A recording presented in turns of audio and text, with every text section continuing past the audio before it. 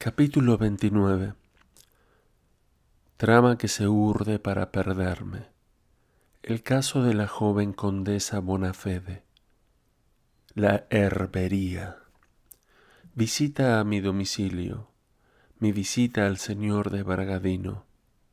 Soy arrestado por orden de los inquisidores de Estado. En la cárcel de los Plomos. Terremoto. Por aquel tiempo recibí una carta del abate de Bernis que escribía otra a M.M. por el estilo de la mía.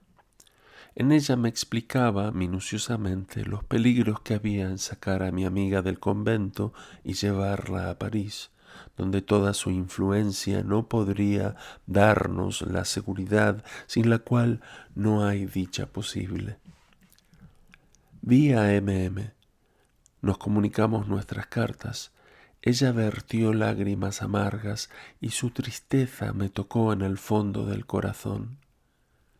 Aún sentía yo por ella un amor ardiente, a pesar de las infidelidades que le hacía todos los días, y cuando recordaba sus horas de completa dicha, no podía menos de compadecerla, pensando en los días de desesperación que le aguardaban.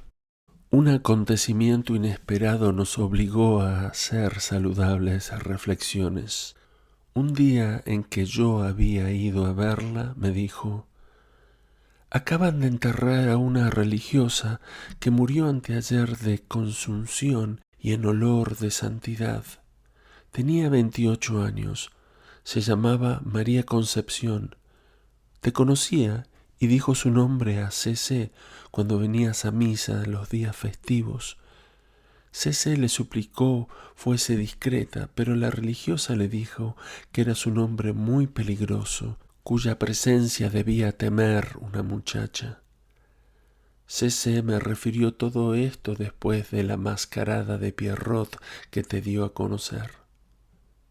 «¿Cómo se llamaba esa santa cuando vivía en sociedad?» «Marta S.». «Ya sé». Entonces referí a M.M. toda la historia de mis amores con Nancita y Marta, concluyendo por la carta que ésta me había escrito y en la cual me decía que me era deudora indirectamente de la salvación eterna que contaba llegar a merecer. El abate Chiari, autor de una novela en la cual yo era muy maltratado, me tenía miedo y tomaba sus precauciones.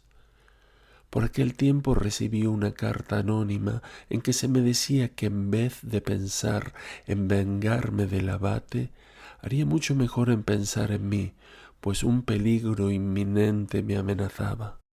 Al mismo tiempo, un tal Manuzzi, espía, vil agente de los inquisidores de Estado, pero desconocido para mí, supo entrar en relaciones conmigo so pretexto de proporcionarme diamantes al fiado, lo que me impulsó a recibirle en mi casa. Mirando varios libros, se fijó en unos manuscritos de magia. Por el necio placer de saborear su sorpresa, le hice ver los que enseñaban a relacionarse con todos los espíritus elementales. Ya sabe el lector que yo no creía una palabra de todo aquello, pero lo tenía y a veces me divertía con ello, como se divierte uno con 1000 engendros absurdos de entendimientos vacíos. Pocos días después, el traidor vino a decirme que una persona curiosa, cuyo nombre no podía decirme, estaba dispuesto a darme 1000 sequíes por mis 5 libros, pero que antes quería verlos para asegurarse de que eran auténticos. Como se comprometió a devolvérmelos dentro de 24 horas, y como en el fondo yo no hacía ningún caso de ellos, se los confié. No dejó de devolvérmelos al día siguiente, diciéndome que el aficionado no los creía auténticos. Algunos años después supe que los había llevado al secretario de los inquisidores de Estado, los cuales supieron de ese modo que yo era un insigne nigromante. En el transcurso de aquel mes fatal, todo concurría a hundirme. A la señora de Memmo se le había metido en la cabeza que yo arrastraba a sus 3 hijos al ateísmo y se quejó al viejo caballero Antonio Mosenico, tío del señor de Bragadino, que me odiaba porque, según decía, yo había seducido a su sobrino por medio de mi cábala. La cosa era muy seria, porque dependía del santo oficio. Mas como era difícil encerrarme en las cárceles eclesiásticas de la Inquisición, se acordó llevar el asunto a los inquisidores de Estado, que se encargaron provisionalmente de averiguar mi conducta. Don Antonio Condulmer, mi enemigo, en calidad de amigo del abate Chiari, era entonces inquisidor de Estado Rojo y aprovechó la ocasión para hacerme considerar como perturbador de la tranquilidad pública. Un secretario de embajada, a quien conocí años después, me dijo que un denunciador de oficio, asistido de testigos, pagado sin duda también por el terrible tribunal, me había acusado de no creer más que en el diablo. Aquellas 3 buenas personas certificaron mediante juramento que cuando yo perdía en el juego, en vez de blasfemar como todos los creyentes que se hallaban en igual caso, nunca pronunciaba execraciones contra el diablo. Se me acusaba además de comer carne los viernes, de no ir más que a las misas de relumbrón, y se tenían graves sospechas de que estaba afiliado a la francomasonería. A todo esto se añade que estaba en trato frecuente con ministros extranjeros y que viviendo con 3 patricios era evidente que revelaba, por las grandes cantidades que me veían perder, todos los secretos de Estado que tenía la maña de arrancarles. Todos estos motivos, ninguno de los cuales tenía fundamento, sirvieron de pretexto al terrible tribunal para tratarme como enemigo de la patria, como conspirador. Hacía algunas semanas que varias personas, en quienes yo debía tener confianza, me aconsejaban que hiciese un viaje al extranjero, puesto que el tribunal se ocupaba de mí. Esto era decirme bastante, porque en Venecia las únicas personas que pueden vivir en paz son aquellas cuya existencia ignora el terrible tribunal. Pero yo me obstinaba en despreciar todas las insinuaciones. Además, había una desgracia real que contribuía mucho a que no pensase en lo que me podía suceder. Yo perdía diariamente todo lo que jugaba, en todas partes tenía deudas, había empeñado todos mis objetos de algún valor, hasta las cajitas de retratos que había confiado a la señora de Manzoni, quien me guardaba también todos mis papeles importantes y todas mis correspondencias amorosas. Un viejo senador me dijo un día que era público que la joven condesa Bonafede se había vuelto loca a causa de las drogas que yo le había dado para que se enamorase de mí. Aún estaba en el hospital y en sus arrebatos de locura pronunciaba sin cesar mi nombre, llenándome de maldiciones. Debo contar esta corta historia a mis lectores. La joven condesa, a quien yo había dado unos cuantos sequíes pocos días después de mi regreso a Venecia, trató de atraerme para sacar provecho de mis visitas. Importunado por sus billetes, había ido a verla unas cuantas veces, dejándole siempre algunos sequíes, pero exceptuando la primera vez, no la había honrado nunca con mis caricias. Hacía un año que mi frialdad hacía vanas todas sus tentativas cuando tomó una resolución criminal. Me escribió una carta en que me suplicaba fuese a su casa a determinada hora para un asunto de la mayor importancia. La curiosidad y el deseo de serle útil me impulsaron a acudir al llamamiento, pero al verme llegar me saltó al cuello, diciéndome que el asunto de importancia era el amor. Me reí de la estratagema y me agradó encontrarla más limpia que de ordinario, lo cual contribuyó a que me pareciese más bonita.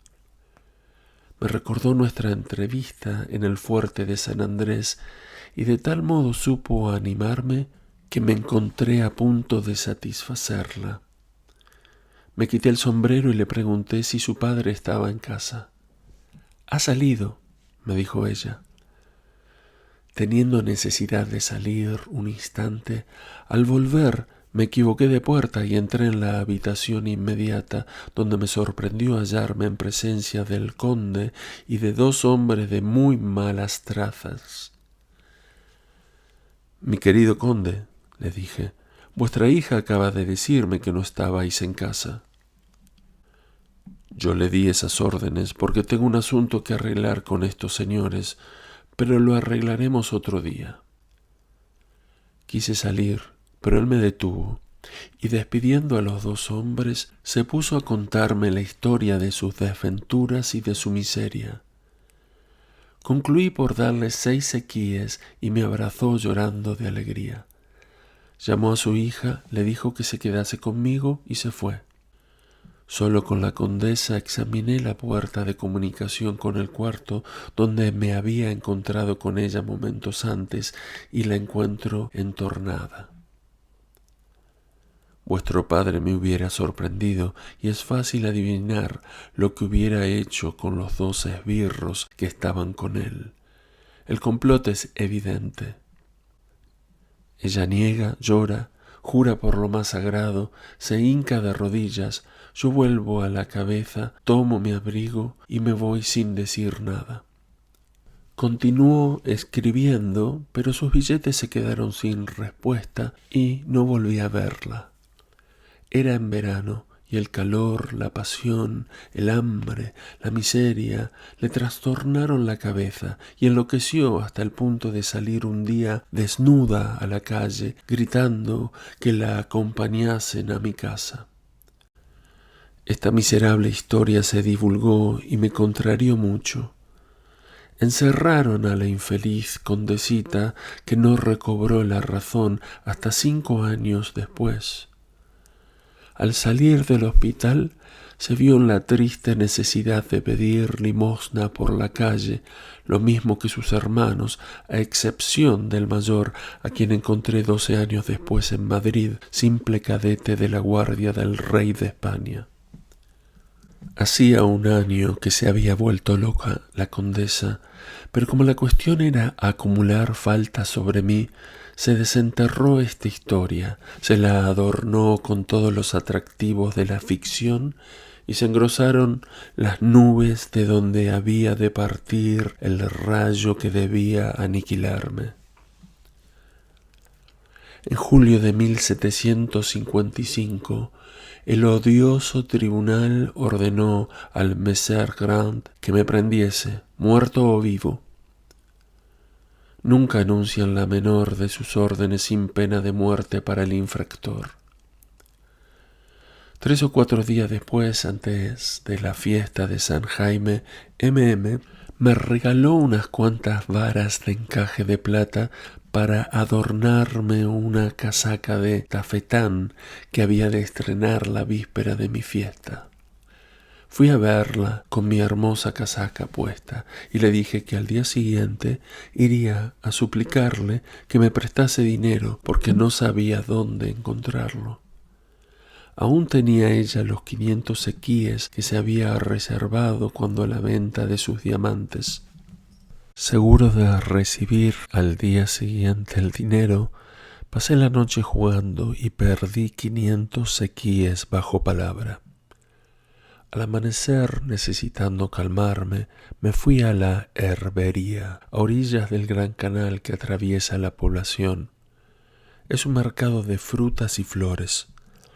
Las personas decentes que van a pasearse por la herbería muy de mañana dicen que van allí a ver llegar los centenares de barcas cargadas de legumbres, frutas y flores que vienen de las numerosas islas que hay en torno de la ciudad.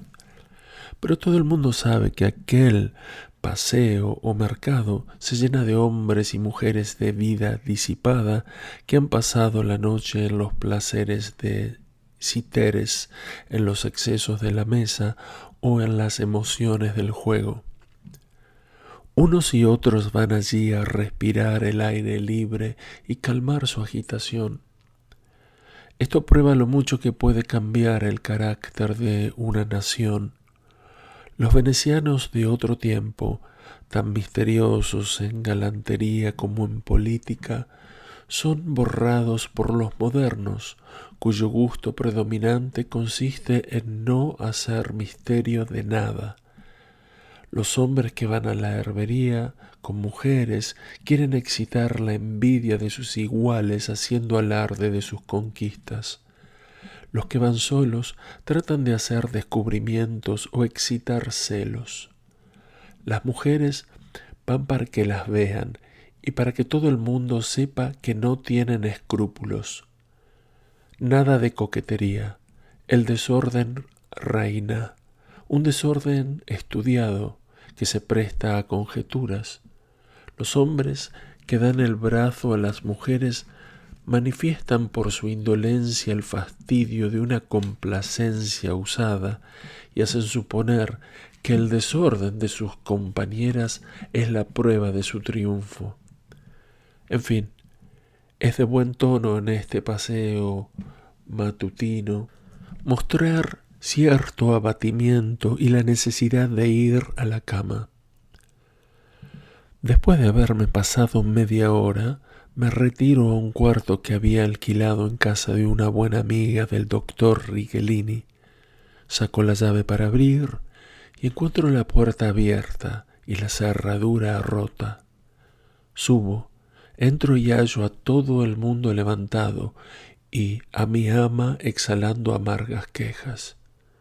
Messer Grande, me dice, acompañado de una banda de esbirros, ha entrado por la fuerza en mi casa, lo ha revuelto todo, diciendo que buscaba un cofre lleno de sal, objeto de contrabando muy criminal. El día antes había desembarcado un cofre, pero era del conde S, y no contenía más que ropa. Después de haberlo registrado, Messer Grande se había ido. También había registrado mi cuarto. Después de haber descansado unas cuantas horas, fui a casa del señor de Bragadino, a quien referí el caso, suplicándole que exigiese una reparación para mi ama, puesto que las leyes garantizaban la tranquilidad de toda familia de irreprochable conducta. Mi buen protector me contestó que en vez de pensar en reparaciones ajenas, yo debía ponerme en lugar seguro. El cofre no es más que el pretexto, añadió. Indudablemente te buscaban a ti. Huye, tal vez mañana será tarde. He sido 8 meses inquisidor de Estado y conozco el estilo de las capturas que el tribunal ordena. No se echa abajo una puerta por buscar una caja de sal. También es posible que, sabiendo que estabas fuera, hayan ido para darte el tiempo de huir. Créeme, hijo mío, parte ahora mismo para Fusina y de allí pasa enseguida a Florencia, donde permanecerás hasta que yo te escriba que puedes volver sin peligro. Si no tienes dinero, voy a darte 100 sequíes por ahora. La prudencia exige que huyas. Ciego, le contesté que, no considerándome culpable de nada, no podía temer al tribunal. El tribunal, repuso él, puede declararte culpable de crímenes verdaderos o supuestos, de que no se te dará cuenta. Pero huyendo daría prueba de un temor que me declararía culpable. Ningún inocente debe temer nada en buena lógica. Si el silencio es el arma de ese tribunal, no sabréis nunca si he hecho bien o mal en huir. La misma prudencia que me ordena partir me impedirá volver. ¿Quieres que diga para siempre adiós a mi patria y a todo lo que aprecio? Entonces, como último recurso, me suplicó que por lo menos pasase el día y la noche siguiente en su palacio. Aún me avergüenzo de haber negado este favor a aquel noble anciano, a quien yo debía tanto amor y gratitud. El palacio de un patricio es sagrado para los arqueros, quienes no se atreverían a traspasar los umbrales sin una orden especial del tribunal, orden que no se da nunca.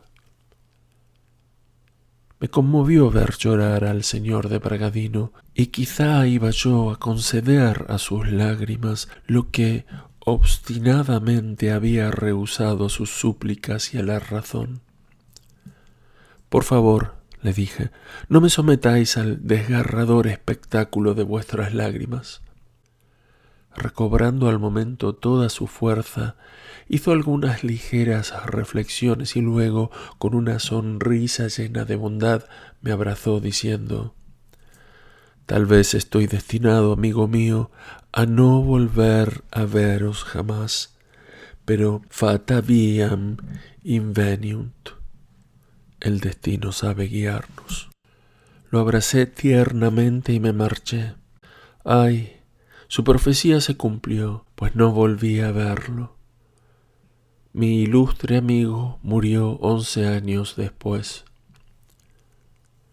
Me encontré en la calle sin experimentar el más mínimo temor, pero estaba muy triste a causa de mis deudas.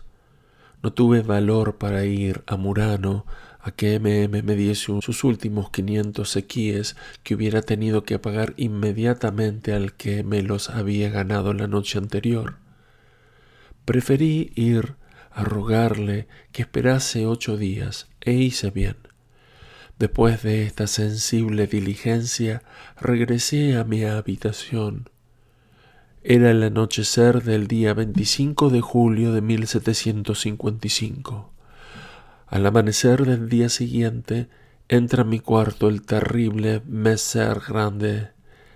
Despertar, verle y oírle preguntar si yo era Jacobo Casanova fue obra de un momento. «Sí, yo soy Casanova», dije. «Pues levantaos, vestíos, entregadme cuantos escritos propios o ajenos se hallen en poder vuestro y seguidme». «¿De parte de quién me dais esa orden?» «De parte del tribunal».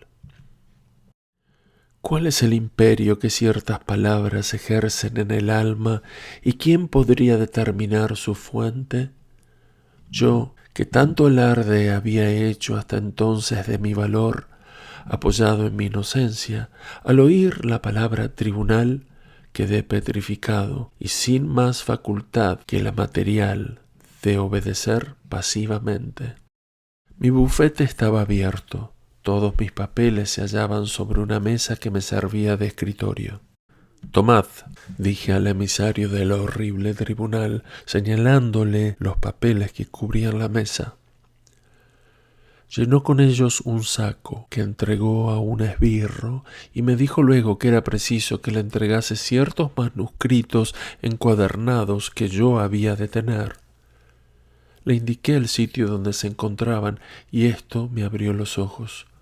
Claramente vi que había sido engañado por el indigno Manuzzi, que se había introducido en mi casa so pretexto de hacer y vender aquellos libros. Eran la clavícula de Salomón, el Se Corben, un Picatrix, una vasta instrucción sobre las horas planetarias, y las conjuraciones indispensables para tener el coloquio con los demonios de toda clase. Los que sabían que yo poseía estos libros me tenían por un gran nigromante y yo no lo tomaba a mal.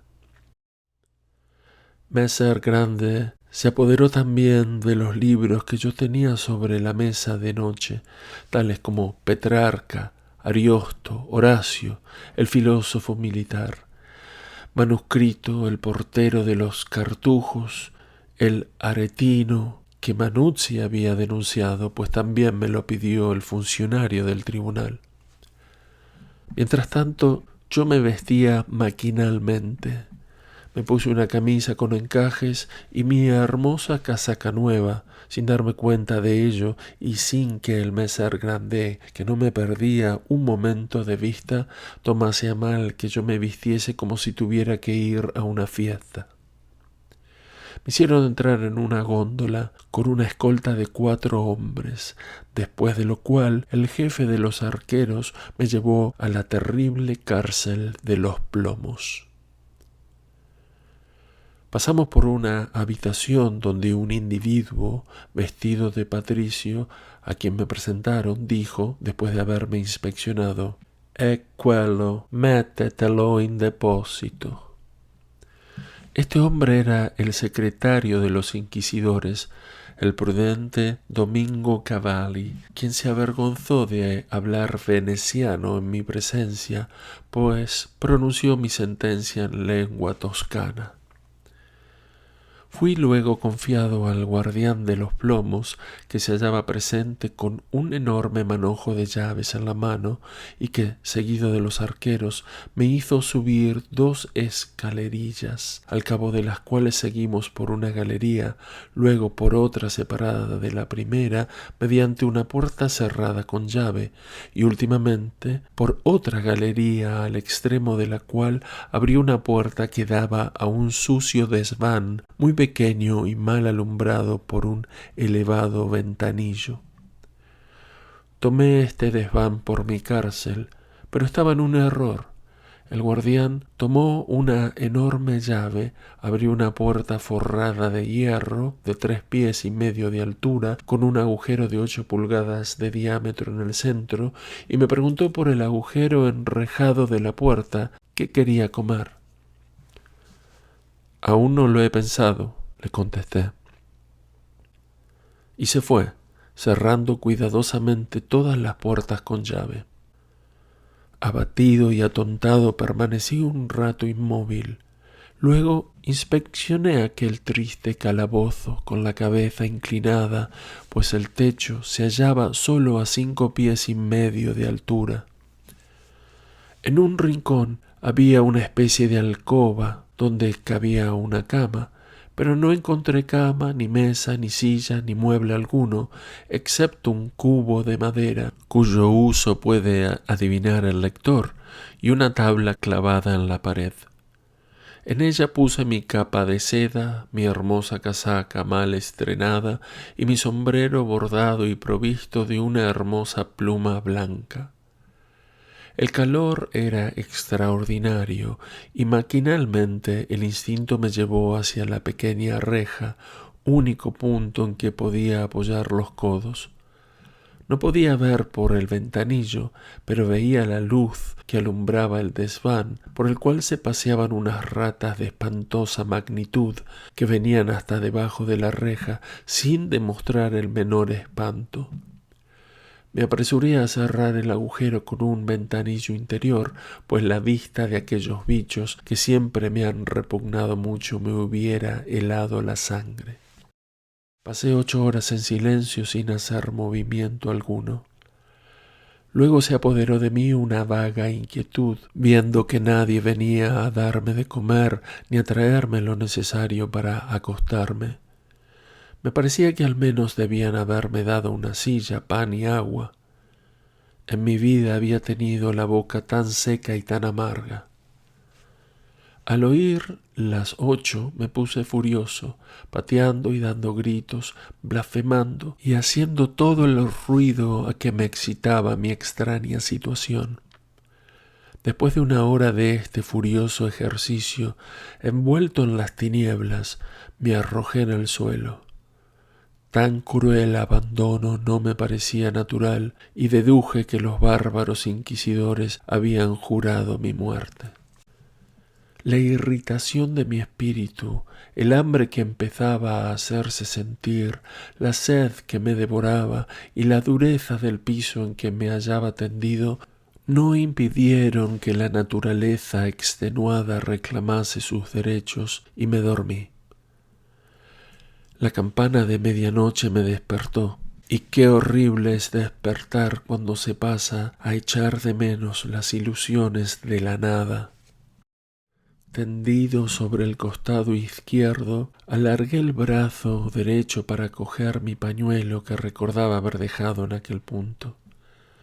¡Qué sorpresa, Dios mío, cuando mi mano coge otra fría como el hielo! El espanto me electrizó de la cabeza hasta los pies y se me erizaron los cabellos. En mi vida he tenido el alma presa de igual terror.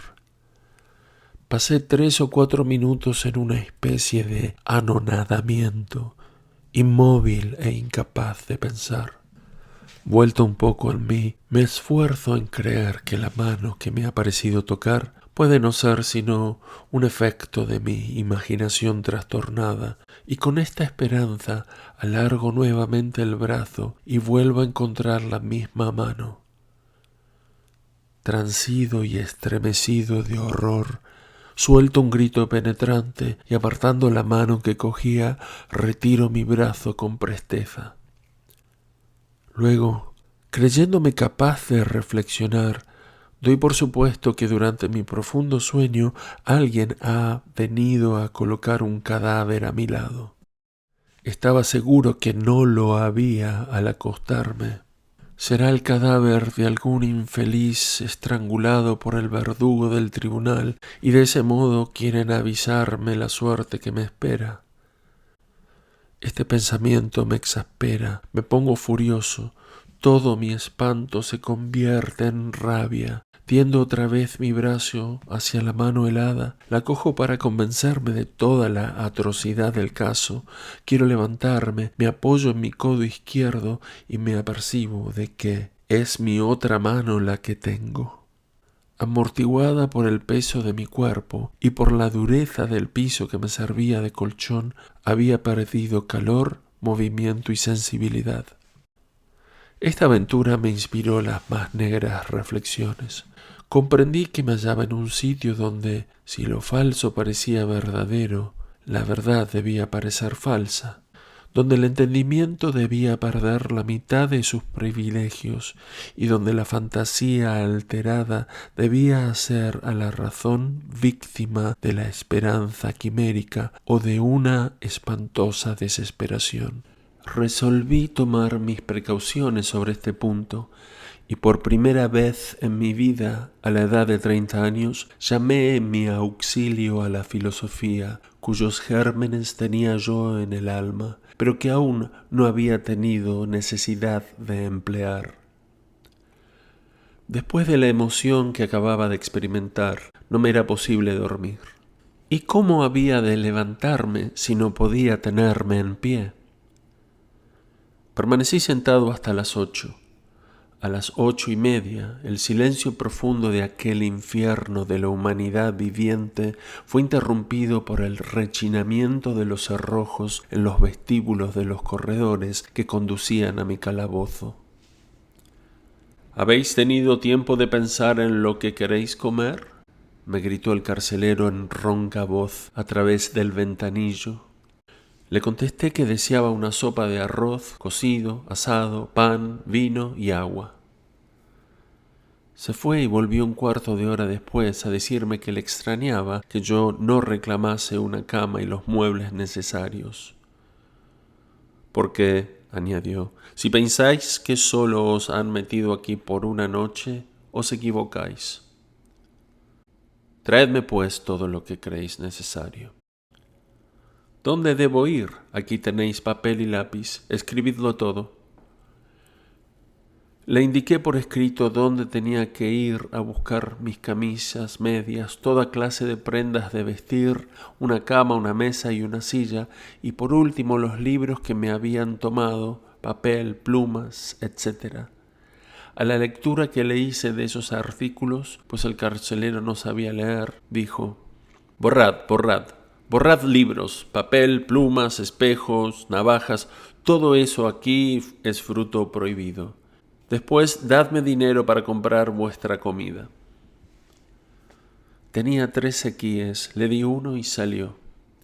Volvió a las 12, seguido de 5 arqueros, y abrió el calabozo para introducir los muebles pedidos y mi comida. Metieron la cama en la alcoba y la comida en una mesita. Mi cubierto consistía en una cuchara de marfil que había comprado con mi dinero. Los tenedores estaban prohibidos, como todos los instrumentos cortantes. Me dijo el carcelero: «Decidme lo que queréis comer mañana, porque no puedo venir más que una vez al día a la salida del sol. El ilustrísimo señor secretario me ha mandado deciros que os enviará libros convenientes, que los que habéis reclamado están prohibidos». Después de haberse marchado el guardián, coloqué la mesa junto al agujero para procurarme un poco de luz y me senté a comer. Pero me fue imposible tragar más que algunas cucharadas de sopa. Después de 48 horas de estar en ayunas, no era extraño que me encontrase enfermo. Pasé el día sentado en un sillón que me habían traído, acomodando mi espíritu a la lectura de los libros que se habían dignado prometerme. No cerré los ojos en toda la noche, molestado por el estruendo que hacían las ratas y por el ruido del reloj de San Marcos, que me parecía tenerlo en mi calabozo. Este doble tormento era insignificante comparado con el que me causaban millones de pulgas que se cebaban en mi cuerpo. Sus incesantes picaduras me daban convulsiones, me causaban contracciones espasmódicas, envenenaban mi sangre. Al despuntar el día, Laurencio, así se llamaba mi carcelero, vino, hizo arreglar mi cama, barrer y limpiar el cuarto, y uno de sus esbirros me presentó agua para lavarme. Quise salir al desván, pero Laurencio me dijo que esto no estaba permitido. Me dio 2 gruesos libros que me abstuve de abrir, no estando seguro de poder reprimir un movimiento de indignación si no eran de mi agrado, cosa que el espía no hubiera dejado de repetir a sus amos. Se fue después de haberme dejado la comida y 2 limones cortados. Una vez solo, me apresuré a comer la sopa a fin de comerla caliente. Luego me acerqué al ventanillo con un libro y vi con satisfacción que me sería posible leer. Miro el título y veo: La ciudad mística de Sor María de Jesús, llamada de Agreda. Era desconocido para mí. El segundo era de un jesuita joven llamado Caradita. Este camandulero, como lo son todos sus iguales, establecía una nueva adoración al Sagrado Corazón de nuestro Señor Jesucristo. La ciudad mística me interesó algo. Leí todo lo que puede encerrar la extravagancia de la imaginación exaltada de una gran virgen española, ridículamente devota, melancólica, enclaustrada, con directores de conciencia falsos, ignorantes y devotos. Todas esas visiones quiméricas, fantásticas y monstruosas habían recibido el nombre de revelaciones. Amante y amiga muy íntima de la Virgen, había recibido orden de Dios mismo de escribir la vida de su Santísima Madre. Las instrucciones necesarias, que nadie podía haber leído en parte alguna, le habían sido dictadas por el Espíritu Santo. Empezaba la vida de María, no desde el día de su nacimiento, sino de su inmaculada concepción en el seno de su madre Santa Ana. Esta Sor María de Agreda era superiora de un convento que había fundado en su país. Después de haber narrado detalladamente todo lo que pasó en el seno materno, nos dice que María, a la edad de 3 años, barría la casa, ayudada de 900 criados, todos ángeles que Dios le había destinado y que estaban bajo las órdenes de su propio príncipe Miguel, que iba y venía de ella a Dios y de Dios a ella para su recíproca correspondencia. Lo que más asombraba en este libro es que el autor aparece plenamente convencido de que no ha inventado nada. La invención no puede llegar a tal punto. Todo está dicho de buena fe, con plena convicción. Son visiones de un cerebro sublimado que, sin sombra de orgullo, cree no revelar más que lo que el Divino Espíritu le inspira. Este libro estaba impreso con el permiso de la Santísima y Horribilísima Inquisición. No podía salir de mi asombro. Lejos de excitar o aumentar en mi alma un fervor, un simple celo religioso, este libro me impelía a tratar de fabuloso todo lo que teníamos de místico y hasta de dogmático. El espíritu de semejante libro y el de todos los de su género debe traer consecuencias. Un lector de un alma más susceptible y más propensa a lo maravilloso que la mía, corre peligro al leerlo de volverse visionario y grafómano como aquella pobre virgen. La necesidad de ocuparme en algo me hizo pasar una semana sobre aquella obra maestra de descabellada exaltación. Empezaba a sentirme poseído. Tan pronto como sucumbía al sueño, me apercibía de la peste que Sor María de Agreda comunicaba a mi espíritu debilitado por la melancolía, por el mal alimento, por la falta de aire y actividad y por la horrible incertidumbre acerca de la suerte que me estaba reservada. Mis sueños extravagantes me daban risa cuando al despertar los recordaba. Si hubiese tenido los materiales necesarios, hubiera escrito aquellos sueños y quizá hubiera producido en mi calabozo una obra más loca que la que el señor Cavalli con tanto ingenio me había proporcionado. En noviembre de 1767, yendo de Pamplona a Madrid, mi cochero Andrés se detuvo para comer en un pueblo de Castilla la Vieja. Me pareció tan triste y feo que se me ocurrió preguntarle cuál era su nombre. Oh, cómo me reí de buena gana cuando me dijeron que era Agreda. Me dije, aquí es entonces donde la cabeza de aquella santa loca produjo aquel famoso libro. Un cura anciano que me tuvo en la mayor consideración inmediatamente después de haberle interrogado acerca de la verídica historiadora de la Madre de Jesús, me enseñó el sitio mismo en que ella la había escrito y me aseguró que el padre, la madre, la hermana y toda la familia de la bienaventurada biógrafa habían sido todos unos grandes santos. Me dijo, y era cierto, que España solicitaba de Roma su canonización con la del venerable Palafox. Fue tal vez esta ciudad mística la que dio al padre Malagrida el talento necesario para escribir la vida de Santa Ana, que el Espíritu Santo le dictó también. El pobre diablo de jesuita debió sufrir el martirio de aquel engendro. Razón de más para procurarle la canonización, si la horrible sociedad resucita y adquiere el poder universal que tiene por objeto su institución. Al cabo de 9 o 10 días me encontré sin dinero. Laurencio me lo pidió. No tengo. ¿Dónde debo ir a buscarlo? A ningún sitio.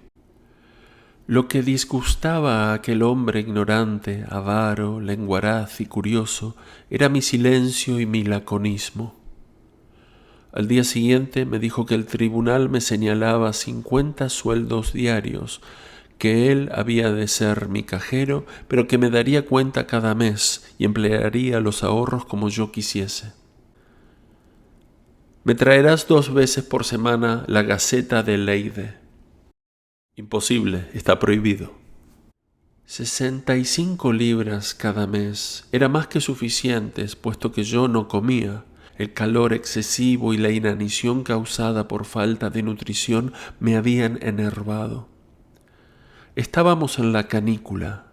La fuerza de los rayos del sol que caían a plomo sobre mi calabozo me tenían en una verdadera estufa. Tanto que el sudor que exhalaba mi pobre cuerpo mojaba el piso a derecha e izquierda del sillón en que me veía obligado a permanecer desnudo. Hacía 15 días que me consumía en aquel infierno y aún no había tenido una sola secreción albina. Al cabo de ese tiempo casi increíble, la naturaleza experimentó la necesidad de reanudar su curso, y yo creí llegada mi última hora. Las venas hemorroidales se habían hinchado de tal modo que su presión me causaba dolores insoportables. A aquella funesta circunstancia debí el desarrollo de esta cruel enfermedad, de la que no he logrado curarme en lo sucesivo.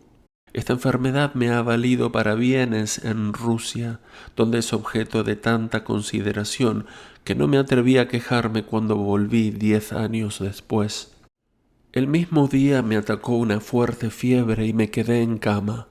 Al día siguiente, hallando intacta mi comida, Laurencia me dijo: ¿Estáis enfermo? No. No es posible que estéis bueno, puesto que no coméis. Vais a juzgar cuán grande es la munificencia del tribunal que os proporcionará gratis médico, cirujano y medicinas. Salió y volvió al cabo de 3 horas, sin satélite, con una vela en la mano y seguido de un grave personaje. Era el médico. Se me acercó y me interrogó. Dije: a mi confesor y a mi médico no les hablo sino a solas. Salid, dijo el guardián. Laurencio no quiso obedecer y el doctor se fue, diciendo que me hallaba en peligro de muerte. Era lo que yo deseaba, pues la vida en aquellas circunstancias me era pesada. 4 horas después oí de nuevo el ruido de los cerrojos y el médico entró con una luz. Laurencio se quedó afuera. En menos de un cuarto de hora di al doctor las explicaciones necesarias. Si queréis recobrar la salud, me dijo, es necesario rechazar la tristeza. Recetádmela y hacédmela servir por el único boticario que puede devolvérmela. El señor Cavalli es el genio maléfico que me dio el corazón de Jesús y la ciudad mística. El médico dijo: esas 2 drogas pueden haberos dado la fiebre maligna y las hemorroides. No os abandonaré. Se fue después de haberme hecho él mismo una abundante limonada, encargándome que bebiese de ella a menudo. Pasé la noche entorpecido y soñando 1000 necedades místicas. Al día siguiente volvió con Laurencio y un cirujano que me sangró. Me dejó una medicina para que la tomase por la noche y una botella de caldo. He obtenido el permiso de trasladaros al desván, donde el calor es más soportable y el aire es menos sofocante que aquí. Renuncio a esa gracia, porque el desván está lleno de ratas que hasta saltarían sobre mi cama, y yo tengo horror a esos bichos. ¡Qué miseria! He dicho al señor Cavalli que ha faltado poco para que os matase con sus libros. Me ha encargado que se los devolviese y que os entregase el Boecchio. Helo aquí. Mucho os lo agradezco. Vale más que Séneca. Me hará un gran bien. Ahí os dejo agua de cebada y un instrumento muy necesario. Divertíos refrescándoos. Me hizo 4 visitas y me sacó del paso. Mi temperamento hizo lo demás y el apetito volvió. A principios de septiembre me hallaba enteramente restablecido, sin más molestia que el calor, los bichos de mi cama y el fastidio. No a todas horas podía leer a Boecchio. Un día Laurencio me dijo que tenía permiso para pasearme por el desván mientras hacían mi cama y barrían el calabozo. Aquel mismo día Laurencio me dio cuenta de mi dinero y resultó deberme 30 libras que yo no podía guardar en mi bolsillo. Se las dejé diciéndole que las emplease en hacerme decir misas. Me dio las gracias con tal expresión que no era difícil adivinar que él sería el cura. Lo mismo hice todos los meses y nunca vi recibo alguno de ministro del altar. Cada día me dejaba seducir por la esperanza de que me devolverían la libertad al día siguiente, pero al fin se me metió en la cabeza la idea de que esto sucedería infaliblemente el 1 de octubre, día en que empezaba el reinado de los nuevos inquisidores. El último de septiembre pasé la noche en blanco y me hallaba impaciente por ver el nuevo día, tan seguro estaba de recobrar aquel día mismo la libertad. Expiraba el poder de los malvados que me habían preso, pero amaneció y nada nuevo. Permanecí 5 o 6 días en la rabia de la desesperación y deduje que se habían propuesto tenerme encerrado toda mi vida. Esta espantosa idea me hizo reír, pues me sentía dueño de abreviar mi esclavitud a mi antojo, empeñándome en escapar o en hacerme dar la muerte. A principios de noviembre concebí seriamente el proyecto de salir por la fuerza y desde aquel momento no tuve más idea que esta.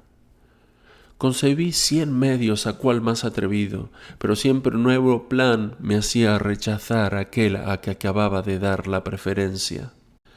Durante este laborioso trabajo de mi imaginación, sucedió un singular acontecimiento que me dio a comprender el triste estado de mi espíritu. Me hallaba de pie en el desván mirando hacia el ventanillo. De pronto, una gruesa viga del techo que se inclinaba hacia la derecha y por un movimiento contrario pero lento e interrumpido volvía a su posición primera. Como al mismo tiempo yo había perdido el equilibrio, comprendí que era una sacudida de temblor de tierra. Laurencio y los esbirros, que en aquel momento salían de mi calabozo, dijeron que también habían experimentado un movimiento de oscilación. La disposición de mi espíritu era tal que este acontecimiento me causó un movimiento de alegría que concentré en mi interior sin decir una palabra. 4 o 5 segundos después se produjo la misma oscilación y no pude menos de exclamar: ¡Otra, gran Dios, pero más fuerte! Los arqueros, espantados de lo que les parecía la impiedad de un loco desesperado, huyeron con horror. Entre los acontecimientos posibles, pensaba yo, está el desplome del palacio ducal, compatible con el recobro de mi libertad. En la situación en que me hallaba, la vida es nada y la libertad lo es todo. Y lo cierto es que yo empezaba a volverme loco. Este terremoto siguió al que entonces destruyó a Lisboa.